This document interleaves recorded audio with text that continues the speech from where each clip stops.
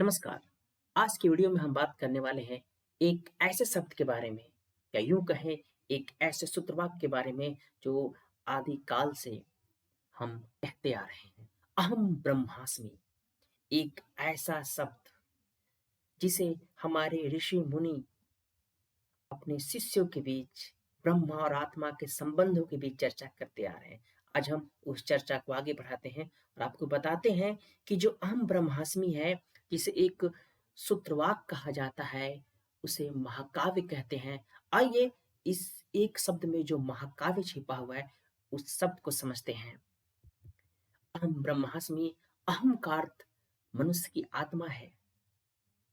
ब्रह्मा का अर्थ किसी मूर्त में निवास करने वाले देव से नहीं, अपितु हमारे अंदर जो मौजूद जो सर्वव्याप्त चेतना है, उससे है।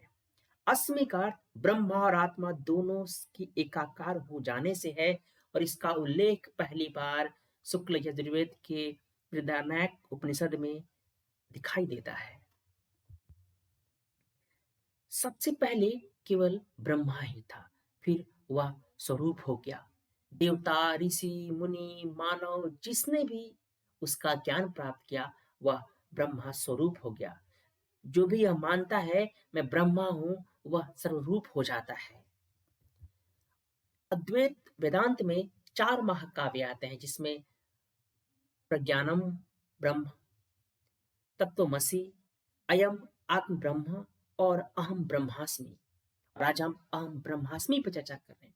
अहम ब्रह्मास्मि इन चारों में सबसे सूक्ष्म सूत्रवाक्य है और यह निर्देशात्मक न होकर हमारे अनुभव के लिए है। दक्षिण में शंकराचार्य स्थापित वेदांत मठ का भी यही आधार वाक्य है। ब्रह्मा उसी तरह आत्मा में है, जिस तरह नमक को हम पानी में घोल दें तो नमक और पानी में कोई भी भेद नहीं किया जा सकता है। यह एक उदाहरण था। अब सवाल यहाँ से उठता है कि यदि सभी आत्मा ब्रह्मा है, तो जितने जीव हैं उतने ब्रह्मा होंगे। और यदि ऐसा होगा तो अद्वैत का जो मूल सिद्धांत है, उस सिद्धांत पर ही सवाल खड़ा हो जाएगा। और जिस बृहदारण्यक उपनिषद में यह बात कही गई है, उसमें इसकी संशय की समाधान की बात कही गई है। जिसे कहते हैं कि ब्रह्मा के 2 स्वरूप हैं, या यूं कहें कि वह 2 रूपों में हमें हर जगह दिखाई देगा, जाहिर होगा। एक है व्यक्त रूप, जो क्या है, जड़ है, स्थिर है। और दूसरा है जिसे हम व्यक्त नहीं कर सकते, अमर्थ है, अमूर्त है, अर्थात वो गतिमान है, चेतना है। लेकिन दोनों का मूल तत्व एक ही है। अब सवाल उठता है कि यदि आत्मा ही ब्रह्मा है, तो उसे सत्य का नित्य अनुभव क्यों नहीं हो जाता है? ये सवाल आपके मन में भी उठता होगा। क्यों ऐसा होता है कि जो अहम ब्रह्मास्मि की घोषणा करता है, वही उस घोषित सत्य से जुड़ा नहीं रह पाता है? अद्वैत दर्शन इसका कारण माया या अविद्या को बताता है, जिसमें हम सभी लगातार उलझे रहते हैं। शंकराचार्य कहते हैं कि केवल ब्रह्म सत्य है और जगत मिथ्या है। यह जो मिथ्या को सत्य दिखाता है, वही तो अविद्या है।